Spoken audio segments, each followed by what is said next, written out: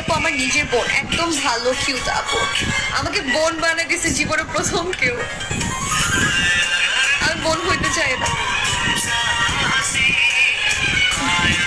Thank you, thank you Khadija. অনেকদিন পর আসলাম।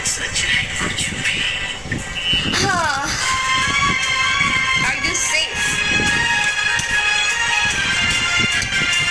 Welcome কষ্ট, রেঞ্জ রোভার ওয়েলকাম। আপু কেন বোন হইতে চাও না?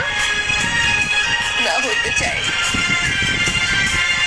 থ্যাংকস রোজি আমাকে মনে রাখার জন্য। তুমি না বলছো আমাকে ভুলে যাবো, দেখছো ভুলে নাই।